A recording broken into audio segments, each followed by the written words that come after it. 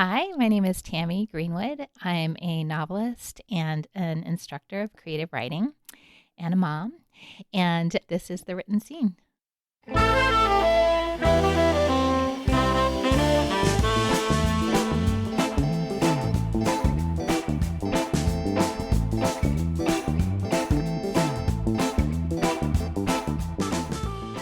Hello and welcome to The Written Scene. My name is Adam Greenfield. I'm the host of this show that I call fun. I hope you call it fun as well. Today's guest is a name that I've known for at least a decade. I see it everywhere, especially when I'm at San Diego Writers Inc. and other events. I've seen her at places, but this is actually the first time we are going to get to sit down and talk. So I'm really excited about that. This is our episode 2 of year 3 of this podcast. So we are cruising along with some really great guests, I think. And I'm excited for the guests that are coming up ahead. So let's jump into this episode. Tammy, thank you for being here. Thank you for having me. It's interesting that I end up talking to people that I've just known their name for so long, and I feel like I already know them. And you are definitely one of them. So I'm glad we're able to do this today. Yeah. Me too. So I went to your site and I was looking at your books and I counted 15 of them. You're right. Is that a good math? Okay. It is. So I find that impressive and really inspiring as I'm really ramping up into my own books here. Is The Still Point the most recent? It is. It came out just about a year ago. About a year ago? Mm-hmm. Okay. What is it about? It is about a group of ballet moms, meaning mothers of pre-professional ballet dancers in Southern California at a small ballet conservatory. And basically the story is that there is a ballet master who is visiting the studio for Nutcracker season. And he's sort of a bad boy of ballet. And he's come from France. And he's brought a documentary film crew in tow to sort of document this process. And he is also offering a scholarship to one of the girls to go to his company's school for the spring semester. And so, of course, this sends all of the young girls and their moms into a tizzy. And it's just a really fun sort of examination of, the relationships between mothers and their daughters that are on the cusp of adulthood. And which is something I can relate to. And also about dance. And there is one that's 4 points of view, and one of them is one of the dancers. And, cool. Yeah. Okay. I was reading that a lot of your books sort of have some sort of tragedy or loss in them. Is that an accurate description? I mean, I think, writers tend to write the same stories. Sure. Yeah, we get different venues, same themes, right. And it's never intentional, but it's there's loss. I think I was talking with someone recently. I think it was Jennifer Silva Redmond, and she was talking about certain kinds of antagonists, and how they can be all different kinds. They don't have to be evil either, So I think having just something in there, that sort of twist or loss or tragedy, whatever it may be, is, I think, important to storytelling. Yeah. I think it just puts the story this way, and you're like, oh, that's an interesting way to go. Right. So how would you describe your novels? If someone was, asked you, what do you write? How would you describe that? I used to say literary fiction. Okay. I think that's changed a little bit. I think I tend to write what they're calling now upmarket fiction, which is basically the kind of books that you would read in a book club. Okay. Book club fiction where, the subject matter is sometimes a little bit heftier. But I like to think that, the prose is elevated and that it's well written. And that's really important to me. I study creative writing. I have 2 master's degrees in creative writing. And, I'm very much a person who loves language. Yeah. And so that's as important as the storytelling to me. Yeah, for sure. I love the use of words in a way that you just don't see a lot. I think Japanese authors do that for me. And a lot of it might be the way it's translated, so there may be part of that. But when I read Japanese authors, it's just the way they phrase things is just so. It's different from what I think I'm used to in the more, I guess, Western fiction. Yeah. So. I think there are, authors that you gravitate toward simply because of their language. Yeah. And it doesn't matter what the story is about, but you're like, oh, they can The way that craft was a written. sentence. Yeah. Yeah, I love that stuff. I love unique writing styles and things like that. When you're working on how to describe your books, what are things that you like to point out? When I asked about the still point, you had a way to describe it. So what are things that you want to point out when you're describing your book to somebody? Well, I'll tell a funny story. Okay. So when my very first novel came out, which was like 26 years ago, wow. I remember being interviewed by my local newspaper in Vermont, and they were like, so what is the book about? And I just, froze, and I couldn't articulate it, right? Yeah. And I think I've gotten much better at this sort of pitch, but I also think that comes from just being in the publishing industry for so long and knowing how critical it is to be able to encapsulate your story in a soundbite. It just is. It's so really, it's really hard. It is. But, it's so interesting because some of my favorite books that I've written, I can't do that for. But the ones that I can do that for are the ones that have sold the easiest and that have sold the more copies, because it's amazing how people gravitate toward an idea. Yeah. And then like this book in particular was like, ballet moms. Oh my gosh. 2 words. And people are like, they know exactly what to expect. Right. Or maybe not, but it's such a tease, and it gives you a world. Like, it gives you an idea of an entire world. So yeah, but not all books are like that, It's interesting that you mentioned the ones that sell the most are the ones that are easiest to describe. Yeah. Do you think that's because did you spend more time with them, or do you like them more? I know we don't say we have favorite children, but no, I mean, I honestly think it's just this concept of high concept, having something that is loaded, having something that piques a reader's interest right off the bat. Okay. I with my students, I always refer to this as like the Thanksgiving dinner test, where you've got a table full of relatives from all different walks of life. And they say, so what are you working on? And you want to be able to tell them something that every single person at that table goes, ooh, I want to read that. Yeah. And if you can do that, then your audience is suddenly broad, right? And but I never seem to, it's always the luck of the draw with that for me. Well, that probably speaks to just everybody reads what everybody reads is just so different. It's hard to get everybody to read your book. Yeah. And maybe you shouldn't try to get everybody to read your book. Just write your book, and the people, I don't know if this is true or not, but I think if you write your book, the people that are meant to read it or are going to read it will read it. Yeah. Trying to write it for a specific audience, I don't think is the best way to write a book. Yeah. I think, that's a hard thing about being a writer, is that you're getting the message that you need to have the broadest appeal possible, when as it's counterintuitive to the actual writing process. Yeah. It is. It's a very it's an interesting thing to get into. I started with poetry years ago. I always wanted to tell fiction, but I really got into poetry, and I thought that was easier to write. And now that I'm really diving into my fiction, I'm like, maybe I was right. Like, it feels I can write fiction easy. Whether it's good or not, I'll clean it up later. But writing a poem was a challenge. It eventually got easier. Yeah. But I don't know. Yeah, I agree. I used to teach poetry. Okay. Yeah. And I'm not a poet. I mean, I love language, and I've written poetry, and I've studied poetry. But when I was teaching poetry, it was like, I don't even know how to do this. I can teach line breaks, and I can teach, I can model for them with famous poems. And, but I remember coming up with this rubric that was based on, I don't even know. It was like, I want to say it was like a whole bunch of different poets saying what makes a poem good. And it was things like surprise and delight, right.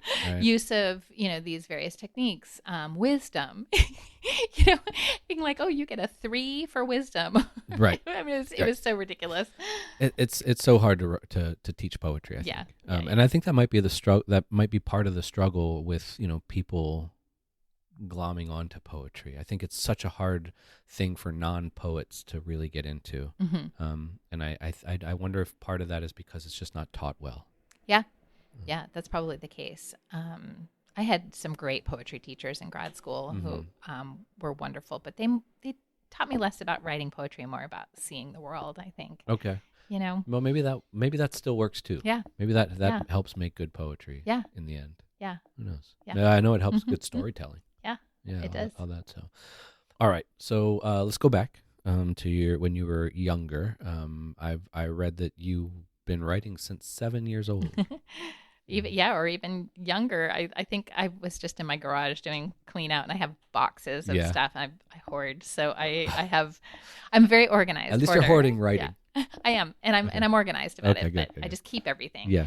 And I had stories that I remember writing in like second grade. That's so I guess great. I would be 7. 7, yeah. Yeah. How much were you reading before that, and how early had you started reading? Oh, I remember going to story hour with my mom when I was 3 or 4. Yeah. We were just a family that had books, and I had a grandfather who one of my favorite stories to tell about my grandpa is that I would go stay with he and my grandmother, and their little main street in the town had the library at the top, and then there were 2 or 3 independent bookstores.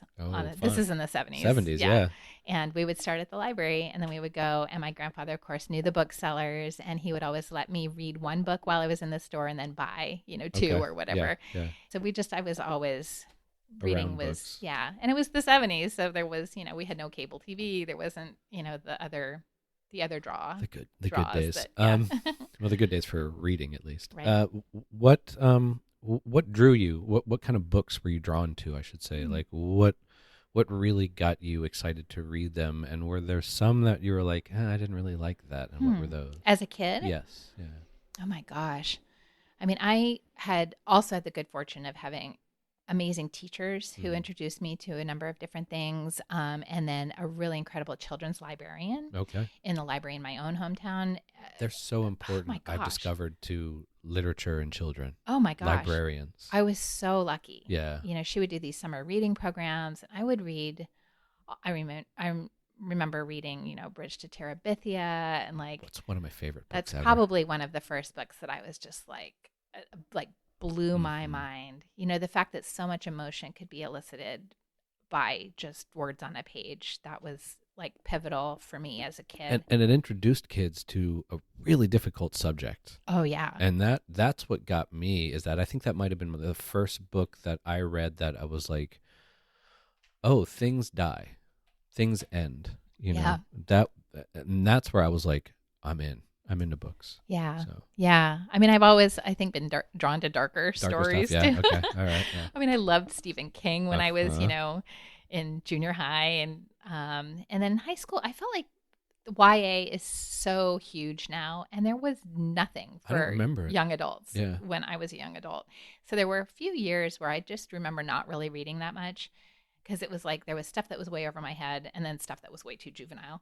But then in college, I just, everything exploded. And, and I read everything. Everything you could. Yeah. I mean, I went through my Tom Robbins phase, which I think you As have you to do. go to. Right.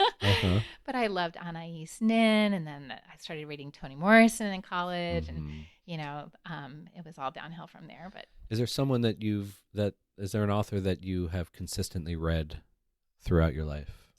Probably Toni Morrison is. I actually have saved 2 of her books because I knew that she wasn't going to be with us for much longer, and so I'm holding on to these books so that I have something of hers to read later.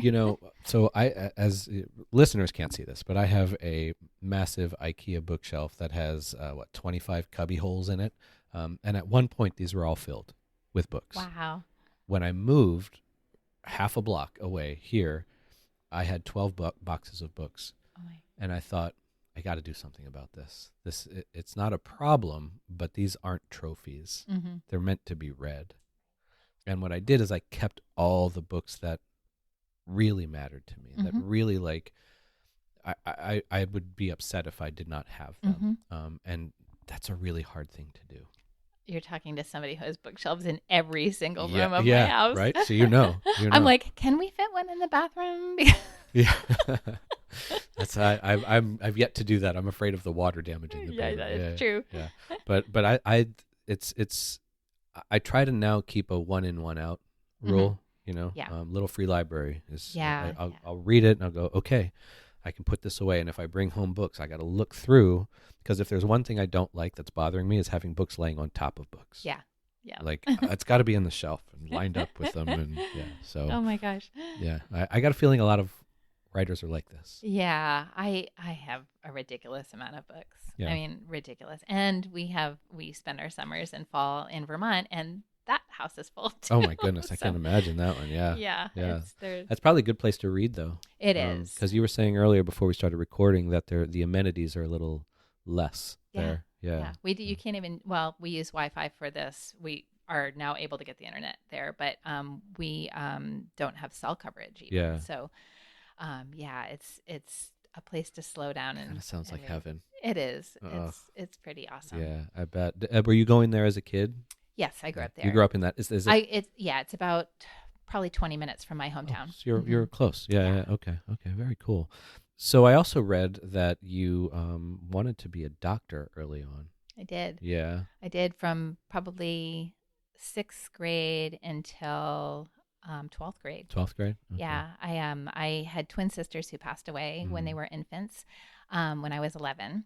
And I think when you have a trauma like that as a kid, you're searching for something. And all of a sudden your focus becomes on fixing it. Oh, yeah. So I was going to be a neonatologist. I had everything mapped out. But I also, that was the first time I really started writing. Okay.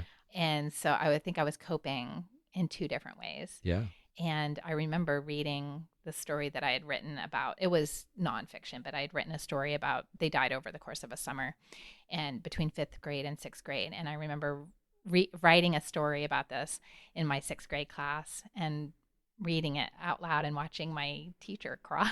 Oh my goodness. And I do remember it like that was a moment that I was like, wow, words are so powerful and they're conveying what I'm feeling inside. Mm-hmm. And so I think, I was like, okay, I'll be a doctor and I can keep this from happening to anybody else. And then also that was when I really realized that writing for me was a valve, it was something I could release through. Yeah. Mm-hmm. Okay.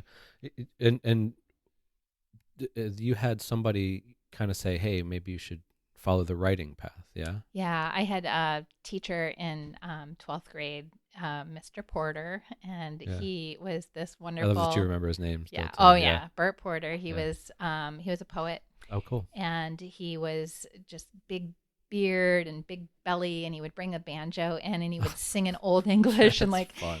He was amazing. Yeah. And I remember writing a story, and at the end of the story, or it was like a chapter, I was like trying to write a book or something, and at the end of it he wrote this is what you're meant to do, or something like that. And he said, please lovingly sign all copies of your novels in the future, or something for me. Oh, that's cool. And when my first book was published, I had kept it, because I keep everything. Right. I kept that letter and I made a copy and I put it in the book for him. And I was like, I mean, it really did change the whole course of my life. Yeah. Having him acknowledge that. When I read that, I thought how it just sounds like the opposite of what we were encouraged, our generation was encouraged to do, which was to get a job. Yeah. You write on the side, get a job, pay your bills, retire. Writing doesn't make money. So I love that you had that fostering of a talent and a skill. And for somebody to see it in a 12th grader's, piece of fiction, which was, I'm sure, horrible, But still, there's horrible and there's really bad, there are levels of it, but you can see there's something to it, Yeah. So I thought it was cool that, has there any, along your writing path, have you ever thought, maybe I should have tried to be a doctor? Oh yeah. Yeah. Does that come up? Yeah. Every time the bills are due, right? Of course. No. I mean, I do feel like I could have done that. Yeah. And been good at it. Like I'm very sort of ambidextrous brained. Okay. Right brain, left brain, and I think that actually is a good asset as a novelist, because you have to have a creative side and then a more analytical side when you're revising. Right. But I don't know. I probably could have done it. I'm glad I didn't. Glad you didn't. Yeah. I'm glad I didn't. That's good. That's good. You gotta hold on to what you truly love and are passionate about. You know, growing up, looking back, I have the hindsight to know that my mother just wanted to sort of keep me safe. You know, but she was always like, I know you want to play music. I know you want to write. I know you want to do these things, but get a job. Yeah. You know, and I'm like, I wanted to scream out like, yeah, but writing can be a job. Yeah. You know, music can be a job. Yeah. It's just, it may be harder, you know, but that's not my fault. Right. You know, right. that's the world's set up to right. not sort of reward that sort of path. Yeah. In a way. Yeah. I was really lucky to have parents who just embraced whatever I said I was going to do, you know, and I hope that I've been that kind of parent too. You know, just if this is what you want, we are behind you 100%. Yeah. We'll make it happen. If you change your mind, we're there, you know, and I was really, really lucky to have parents who were like, cool, you know, you're not going to be pre-med. That's fine. Be the best writer you can be. Right. We expect you to be on the bestseller list, you know, or whatever. Exactly. Yeah. We have high expectations for that too, no matter which path you take. Exactly. Yeah. My brother became the lawyer. Oh. I became the one that needed the lawyer. Yeah. My mom, she had both, you know, and I think I was a lot more difficult because I was taking the more difficult path, and it might have got her hair a little grayer earlier than it should have been. But she was very supportive. She was just always worried. You know, she was that. This is going to be a trigger warning, but she was that boomer generation that you know, you work, you retire, you enjoy life then. You know, and I fought against that. Yeah. You know, it wasn't me. And that doesn't exist anymore anyway. No, you can't. Yeah. The world does. Yeah. Yeah. The funniest meme I've seen lately is, oh yeah, I have a retirement plan. It's death. Death. Right. Yeah. Yeah. What was it? I saw one, my 5-year plan, year 1, question mark, year 2, question mark, 3, question mark, 4, question mark, year 5, then they'll all be sorry. And it's exactly right. You know, it's like, I don't know how I'm going to get there, but I'll get there. Yeah. It's just not as clear cut anymore. So how many novels have you started compared to how many you've finished? At least 3 times as many. Really? Yeah. And there are many that I have finished that have not been published too. Really? Yeah. Probably at least 4. Okay. Do you have plans for them? No. Okay. Yeah. You're done with them, huh? Yeah. I think some of them were just bad, and then others were ones that I had to write in order to get to the next one. Okay. Yeah. Okay. Have you ever used parts of other stories for? Yeah. Okay. I've definitely thought that there were scenes that were meant to be in one book, and then I'll ditch it, and then I'm like, oh, this belongs in this book. I was writing ahead of myself, or you know. But yeah, that's why I save everything. I have all the little scraps of paper and notes, and it was interesting because I recently went through, I had a box full of just ring-bound notebooks, and that's how I usually start a project, is with a ring-bound notebook where I'm just taking notes and you know, daydreaming on the page before I get on the computer. Yeah. And I found, like, I don't even know, it was like just some chicken scratches, and I was like, oh my gosh, this wound up in 2 Rivers like 10 years later, and it was completely subconscious that I held on to these thoughts that I had formulated, you know, 10 years prior. And then all of a sudden, you know, there they are. And they did, without a conscious sort of acknowledgement that I was pulling from something I had started earlier. That's an attestament to constantly be writing. Yeah. Because that stuff's always going to, it will, the good things will come back. You know, and come totally. back into your writing at some point. Yeah, I agree. And that's so do you start on paper? I usually start with a notebook. Yeah. Okay. And I'll be in a notebook for a while, just doing, when I was teaching more, I would do the exercises with my students, and I'd be working through, you know, my books as I was doing these exercises with my students, and then piecing those together into I think the first 50 pages are very fluid, and they're back and forth between the computer and the notebook. Once I'm about 50 pages in, though, then I'm in the computer the rest of the time. Okay. That's what why 50 pages? Is there a certain thing that usually happens around the 50 Yeah, page mark? I think that's usually all the seeds are planted in the Got it. first 50 pages. Okay. Okay. The characters are established. Their sort of status quo situation is established. The thing that happens to set the story into motion happens. For me, anyway. Usually within the first 50 pages. How did you learn this about yourself? Trial and error. Yeah. I learned how to write novels by writing novels, and I went to graduate school, 2 different programs, an MA program and an MFA program, and we only did short stories. Okay.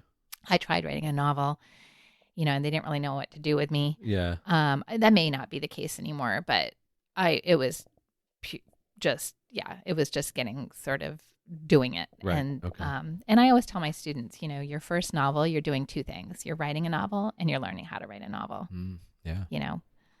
What are I tried writing a couple novels. Got about halfway through and things just sort of petered out, or it wasn't going in the direction, and I thought it was going to be so much work to have to go back and clean it up. So you were right. Yeah. I feel like I listened to myself when I said that, and I was like, I don't know if I'm going to go back to them. I really love the idea of them, but to start over would be too difficult, I think, because I've already I spent a lot of time with those stories. They're burned in there, so I feel like I would just fall right back into that trap again. And I don't know if I want to do that. It's so difficult because I think, there's the novel as it exists up in your brain Yes. and in your imagination, and then there's what happens on the page, and they're often not the same.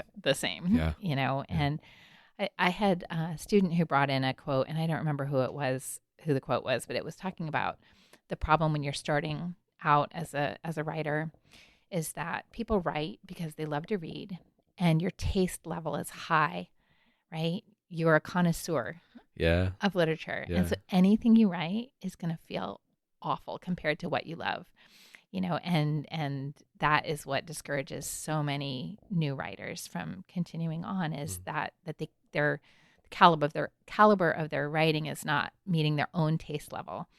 And you need to forgive that, because you get better, you will become a better writer, but you only become a better writer by writing more.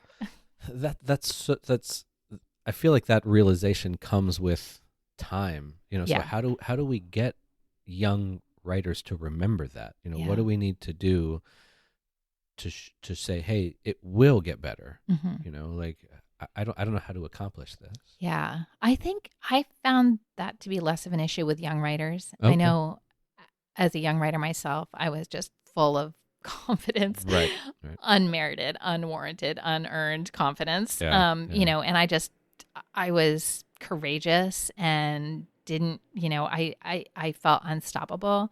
And it's as I've gotten older that I've become more like cautious and critical. And I don't know why that is, but it's more, I teach adults primarily. Okay. And I mean, I've taught undergraduates too, and I have not found that to be a problem with young adults. They think they can do everything, which is great. But see, I've talked to students. I was helping students a few years back with some, and this might be a little different, but it was with podcasting. It was just still something creative, and they wanted to make these like perfect sounding things, and I'm like, you're gonna make mistakes, and it didn't sound like they wanted to hear that. Interesting. I don't know if our upbringing, it becomes a part of that, if maybe because of we didn't have those things fostered with us, like generational sort of. Exactly. Yeah. So maybe I'm wrong in thinking that we're not teaching them well. Yeah. I mean, the culture now is everything is so curated and the aesthetics of everything are so pristine that, it may carry over into other things where people don't want, they're afraid of their own flaws. Right. Yeah. I've thought a lot about this before. One of my clients is the Conrad Prebys Foundation, and I record their podcast called Stop and Talk. Everybody go listen to it. It's a really great podcast.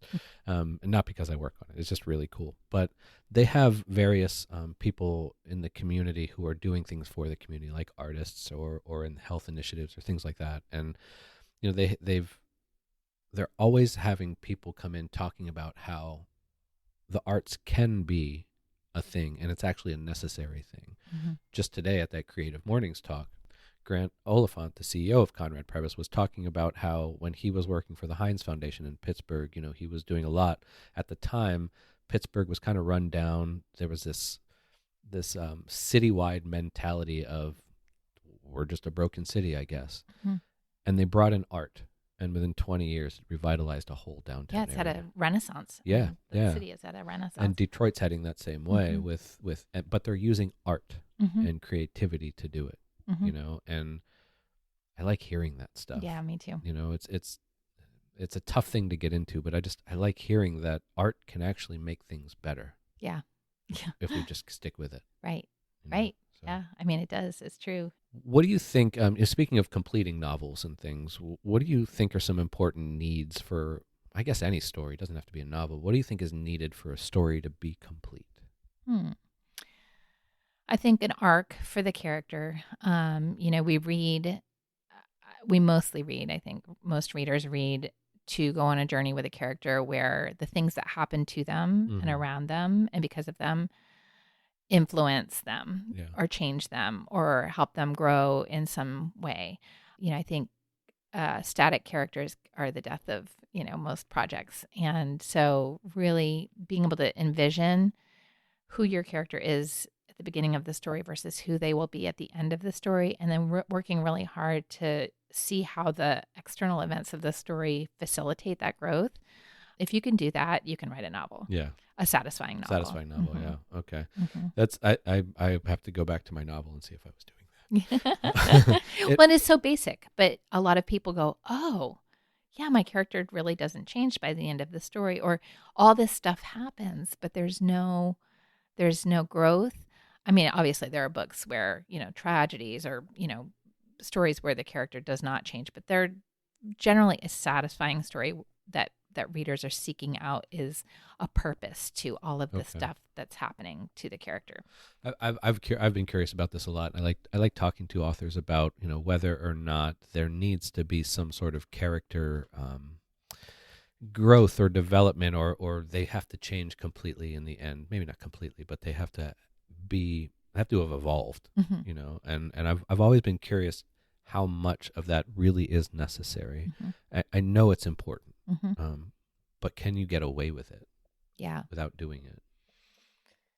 I think there needs to be intentionality behind a static character or a character that is in the end no better off than they were. And then you're making a statement about that, right? Yeah. I think then you're almost making an argument with this story that what happens to you doesn't matter and that some people are unchangeable or incapable of evolving. Yeah. That's important, I think, because I don't like that saying, some people can't change. I don't believe that. It's the same reason I don't believe in it is what it is. There's always something else. Right. Something else can always be done. It may not be a better choice or whatever it may be. It may not work out even, but there's always another thing to do. So I wrote a book called This Glittering World, and the main character, it's a tragedy. I consider him a tragic hero who makes a sacrifice, and his life is no better off at the end of the story. He goes through all sorts of things, and it was very interesting that American audiences were like, really? And then it was this huge hit in Brazil, of all places. Really? I was like, that's weird. Like, they, I don't know what it was, but like it did really, really well in Brazil. And I was like, I wonder what culturally there is that is accepting of a story that has a tragic hero, who really, in the end, goes through all this stuff for nothing. Yeah. This reminds me of the Japanese writers that I was talking about before we started recording. I'm reading this book, Days at the Murasaki Bookshop. And I just started reading the first one, and I'm getting into this second one called More Days at the Murasaki Bookshop.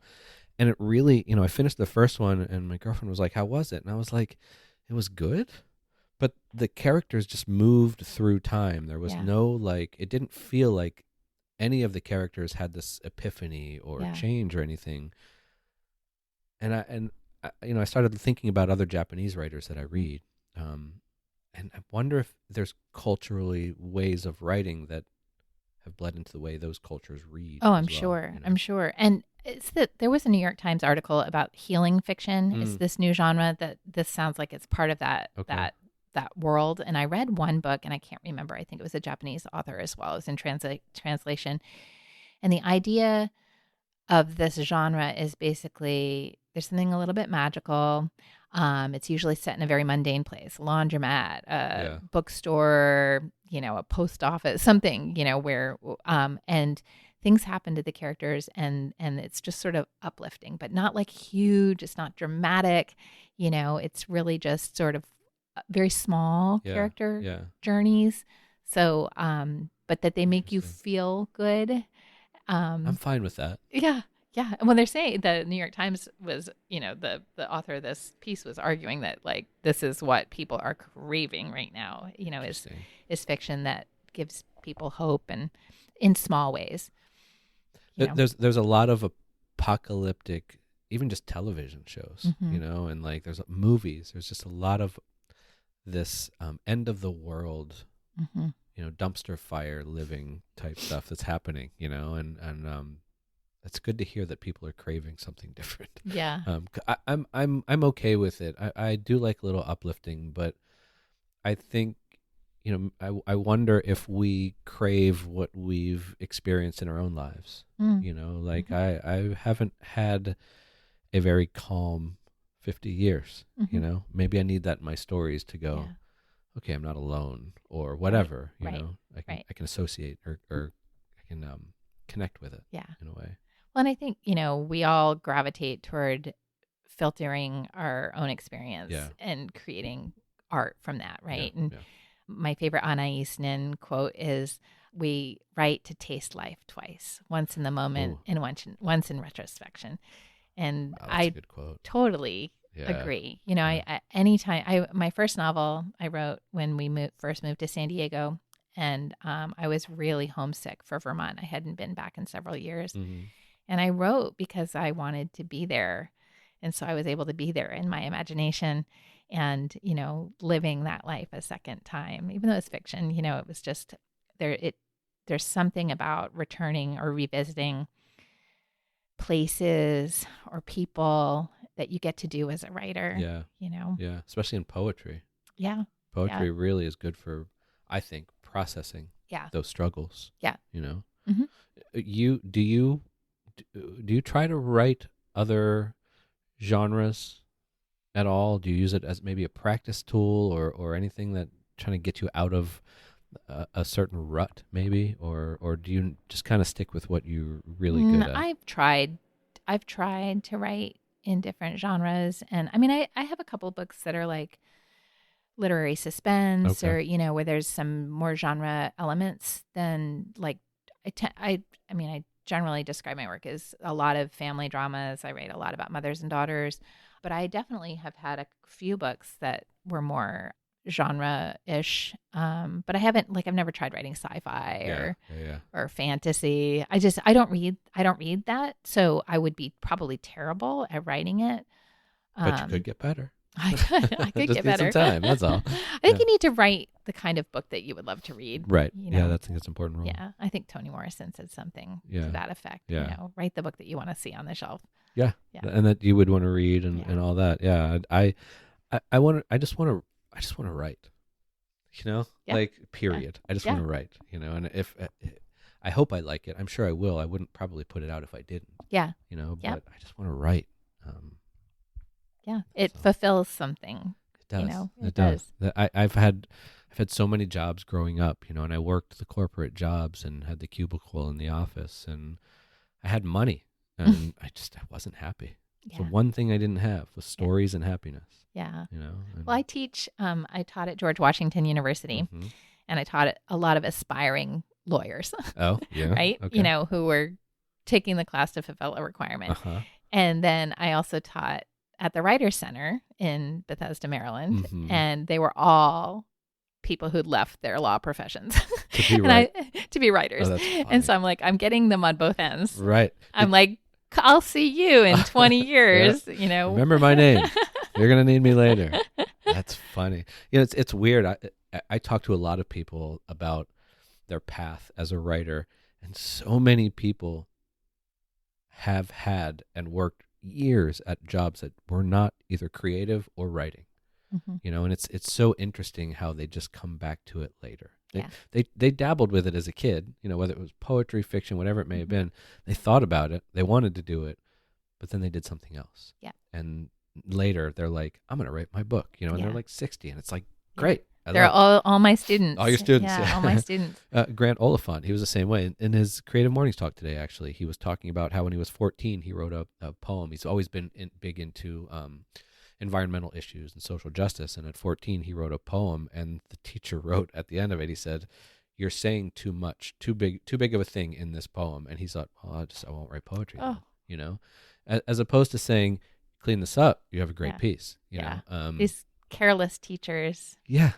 Teachers. So he went into what he went into for decades. He wrote 2 novels, but he said his agent loved it, but 37 publishers didn't. And so he was just like, I'll just do something else then. And it's interesting that they keep coming back, because now he's like, I want to get back into this. That's what I was really passionate about when I was younger. Well, and the beauty of it is, though, and I always, tell my students who are coming to me after a lifetime doing something else, is like, but you have a whole life now of rich material. Yes. When you're a writer your whole life, like I've been, I'm like, what do I write about? Yeah. Do you feel that way? A little bit. Yeah. Okay. I mean, I feel like, I've written 15 books. Like, how much more do I have to say? Sure. Yeah. But and I haven't done, I spent a lot of time sitting in a chair in my office, definitely. I've raised two kids. You've done a lot. And, and I've done things, but, I haven't had an extraordinary, life that I'm culling from, with my fiction. Right. It's mostly imagination at this point. I've kind of tapped that well is dried up. I've always wondered where memoirists go after they write their memoir. Yeah. Well, now what do you do? Yeah. And that's not a mean, well, now what are you going to do? I'm like, I'm genuinely curious. What do you write next? That's why I would never write a memoir. Yeah. And it's not because I don't have a story to tell that's personal. It's just, then what? Yeah. That's a good point. I'm sure they have answers to that question. Yeah. And I believe I've asked them and received some, but I'm still like, but what do you do now? Yeah. You've told your story. Right. But I don't know. You write a novel and you tell that story a different way. Right. Right. You pull somebody from your past and make that a new story. Right. So I've tried writing, for So Say We All and stuff. I've written those before, and I've performed those, and that was that might have been the most difficult writing I've done. Wow. And the true stuff. Yeah. And it's just because I have to write it, but I want to tell every detail, but I can't. Yeah. And that was really difficult. As much as I enjoyed it, I just don't want to do that for a living. Yeah. I want to write fiction. I want to make stuff up. Yeah. That's fun. Yeah. So we were talking about your teaching, and I'm curious if you've noticed that there are any particular bad habits that students might have that that's been a trend, I guess. Head hopping. What is point of view shifting? Oh, yeah. Okay. Yeah. From what I'm like, they call me the point of view police in my classes, because I'm always like, I fixate on it, and I think having a really good grasp, it's something that people do intuitively. A lot of people aren't very conscious of the point of view that they're choosing. Yeah. I teach entire classes on point of view because it drives me crazy. Yeah. But, really knowing whose head you're in, whose body you're in, and when it is appropriate to shift. Okay. Whether to choose a limited third person point of view, or if you want, the intimacy of a first person point of view. But people not having a grasp on what the implications are of that, and not being very intentional with their choices. I feel like I spend a lot of my time when I'm also freelance editing, and I'm always like, whose head are we in? Why did we switch here? What does that do for the reader? Like, what negative effect is that having on the reader when you're jumping like that? Investment. I think, the reader wants to be invested in a character, in a scene, and it's really hard. Some people really brilliantly can write omniscient point of view where you're sort of floating about. I think Celeste Ng is one of the best at contemporary writers at using the omniscience, where there's this sort of authorial voice who inhabits, is able to inhabit all the different characters. But for the typical beginning writer, that's a lofty goal. Yeah. And so I tend to be like, pick somebody, and you can change chapter by chapter if you'd like. But for this scene or this chapter, let's stay there. Yeah. Just stay, because your reader will be with that character. But the second you jump, from this guy over to the mailman's head, we're like, why am I here? Yeah. What am I doing over here? I wrote a story that was nonlinear from different characters. It was 2 stories that eventually came together, but from different points of view. And I had my good friend Leslie Ferguson read it. And she was like, we could probably just use from one character's point of view. And I'm like, no, that's not the story. And I've thought about it and it's an interesting prospect. I may have to play with that idea. But I guess when you pointed out that you can do it from chapter to chapter, you can jump, that's fine. But within the chapter, or within the scene, or within the sentence sometimes. Oh no, that's got to be hard. It's like a pet peeve of mine. Yeah, you probably see it everywhere. I Minus exclamation points. Like, exclamation points. Yeah. My friend Rich Farrell said that he had a professor who, I can never remember this analogy exactly, but it was like, a sentence is like a sundae, and you've got, your nouns are the ice cream, and the verbs are the hot, fudge on top, and the adjectives are the marshmallow, and the exclamation points are the garlic on top. I think it was exclamation points. Yeah, it might have been adverbs. I'm probably totally getting this wrong, but I love that. I always be like, don't let the exclamation point be the garlic on the sundae. Oh, that's great. That's great. I'll have to remember that. Yeah, if you know Rich, you can ask him for the. I've been wanting to have him on here to talk to him about it. But I'll. That's great. You see, and that's. I think that's important. I see a lot of people, and I don't mind it happening in like informal writing, text. Yeah. Email to friends, whatever. I don't care about that. But when I see it in a story and a character or whatever isn't screaming, why is it there? I if I see 2, count me out. I think it's earnestness sometimes, honestly. I think it tends to be the very excited writers that you Oh, yeah. Which is kind of sweet too, It's endearing, I guess. Yeah. In a way. Yeah. Were there any bad habits of your own that you had trouble breaking? I think as a young writer, I sort of leaned toward, I straddled the line between ambiguity and being totally confusing a lot. Okay. All right. Yeah. And I've become much clearer. Okay. And less sort of, I don't know, I trust my reader to be smart and to get things that I'm trying to say, the subtext of something I'm saying or the metaphor I try not to hit a reader over the head, but I think I erred on the side of being a little bit coy sometimes. Okay. In my early writing, you want readers to think a little, but at the same time, you don't want to take them out of the story because they're thinking. Yeah. At least I think that's how it depends on the writer, because I think like for Toni Morrison, she reading her book, I always feel like I've solved a puzzle. Yeah. Like I got this. I knew what she's doing here. Yeah. But it's like a brain teaser. Yeah. The entire novel. Any novel of hers is like a brain teaser. I see. I get into that sort of thing. Murakami's the same way. Like you read his book, and at the end, you're like, I haven't read him. My youngest is a huge fan, though. Yeah. He's amazing. He's just this otherworldly type world that you're just like, that could exist. I know it doesn't, but maybe it does. And then at the end, you're like, oh my goodness, I didn't think of life that way. Right. It's just so altering of how you view things. Yeah. Yeah. So I love writers that do that. Yeah. That's some of my favorite. I walk into bookstores, and in the fiction section, I'm always in awe of the amount of people who have books out. There's just so many people who've written books. I'm not saying that every book on the shelf is great, but there's a lot of books out there. As an author, do you ever feel anxiety about how much really is out there?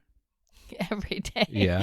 It's the business aspect of writing is a whole other thing from the writing aspect of That's writing. That's a different podcast too. That's a different podcast. Yeah. Much about publishing brings me anxiety. Okay. Not competition, because I think everybody has their readers and things, but yeah, it's overwhelming. You think I don't know. I've been doing this for 2.5 decades, and and it's, you never feel secure. Yeah. You never feel secure. It's like every single book is a new, you're having to prove yourself again and again and again and again. We really picked an interesting profession, didn't we? Yeah. Do you find inspiration in the amount of authors that are out there as well? I think it's wonderful that so many people are writing and telling stories. Yeah. I mean, all this claim of fiction is dead and nobody reads, and it's so not true. Right. It's so not true. You look at like how Book Talk blew up. I mean, granted, the focus is on a few writers, a few books, but who cares? It's wonderful. Right. The fact that they are selling books at Target and Costco, and that books are everywhere. And there weren't little free libraries when I was a kid. Yeah. That just did not exist. Yeah. They're awesome. I love that. Yeah. So that right there tells me that people are still reading. Oh yeah. And it's and the fact that so many people, I mean, I don't know writers who aren't readers, and the fact that there are so many writers means that there are that many readers as well. I think that's why I ask early on in these interviews, like, what did you read? Just because I know you read. Yeah. It's very rare. I might have had a handful of people who were like, I actually didn't read a lot until I got older. So I find that more interesting. I taught myself how to read at 3 years old. I had a little bit of help with my mom, but like, that's amazing. I was just like, give me that. I want to know what that is. So I was reading giant thick novels before I was 10 years old. That's amazing. Whether I understood it or not. Well, and we're also the generation where we were allowed to read whatever. Yeah. We read what was on our parents' bookshelves, we did. Much to our parents' chagrin, probably. Yeah. Or they didn't know. Or they didn't know. The truly tasteless jokes books. I'll always remember those. Oh my gosh, yeah. I've talked to my mom about this. I asked her, did you, because I don't remember, but as a kid, were there books that you just weren't letting me read? And she was like, I generally let you have free reign. Yeah. I would have given you a warning if I thought it would be problematic, but I wanted you to experience the literary process. Yeah. And really see what you're reading and what's out there. Yeah. And I'm really thankful for that. I parented. I mean, my parents let me read whatever I wanted to. And as a mom myself, the only book that I censored, that I kept my kids from reading, was it was a Judy Blume book that gave away Santa. Like, it totally gave away the fact that Santa wasn't real. I was like, you cannot read this. That's great. You just blocked because of Santa. I mean, we were more rigid about what they could and could not watch on TV. On TV, yeah. But books, I was like, if you're capable of reading it, and my oldest daughter read a couple of my books when she was pretty young, and she was like, Mom, I learned about this from your book, and I'm like, I forgot that was in there. Oops. But I don't know. I'm not in the business of banning books. Right. Yeah. Especially for your kids. Especially for your kids. Yeah. I like that. That our parents gave us that free reign. Are your kids avid readers to this day? The younger one is. The other one is so busy but I actually gave her an ebook reader for Christmas because she said that she likes to read in bed, but ergonomically, like an actual book is. And I said, well, if if that's what's keeping you from reading, let's fix that. That's fixable. Yeah, right? and the younger one has mild dyslexia and uses an e-reader because there's a font that you can get on the on the e-reader that is helpful for that. So yeah, we grew up with a much less understanding of these sorts of things. That, like, for example, ADHD. We've got a much better understanding of it these days.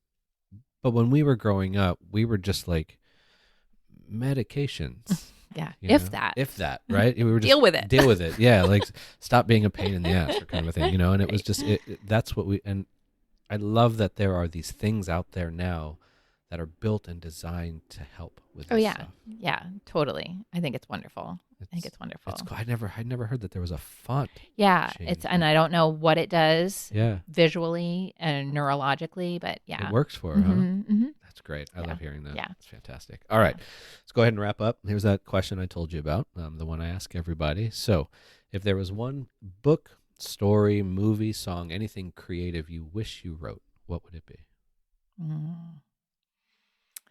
That's tough. Oh my gosh, this is so hard. That's why I asked it. I like this question. I probably used to. I think I would have said To Kill a Mockingbird, just because that's one of that's sort of a classic favorite. maybe I'll stick with I'm gonna that. stick with it. Yeah. Yeah. I mean, it was such a formative book for me. Just, not only as a work of fiction, but just as a human. Yeah. Um, yeah, Do, I'll do, say do that. you keep that book in mind when you're telling your own stories? I mean, are maybe not consciously, but is there something about that particular book that sort of motivates you more to write or No, inspires you? I think the interesting thing, so I did a lot of research on Harper Lee a few years ago. I had some ideas for a project, and I feel like, I mean, I always loved the book, felt proud of reading it because I read it as a kid for the first time, and it was like the first like real book, Yeah. the Yeah. first like real book that I read. Yeah. That was like an adult Right. book, Right. and but now I'm like, now that I know so much more about her life and how closely it mirrored the story, Mm-hmm. I appreciate her as a writer, and how she took her own life and transformed it into this piece of art. Yeah. That's all we're all trying to do, right? Right. Is to Right. shape our lives into things that are meaningful to other people. And that book has sold more copies than the Bible, I believe. Yes. Yeah. And, if you can pull that off, just pulling from your own experiences in a small town, she and I have a lot in common, like, Sure. Yeah. Yeah. Yeah. small town. Um, uh, I think that that's a beautiful thing to know that you don't have to have this like extraordinary life Yeah. to be able to write an extraordinary piece of fiction. I've talked with people and I've had these conversations about how tragedy can equals a better storyteller, and I don't know if that's actually accurate or not. I think everybody can be a storyteller, no matter what life or experiences they had. Those will shape what they write, but that doesn't mean you can't tell a story. Yeah. And I really appreciate hearing about these authors that come from those environments. And I didn't. I came from a very troublesome background in childhood, but all of that stuff is it's in my stories. It's in my poetry. It's always going to be with my characters and everything.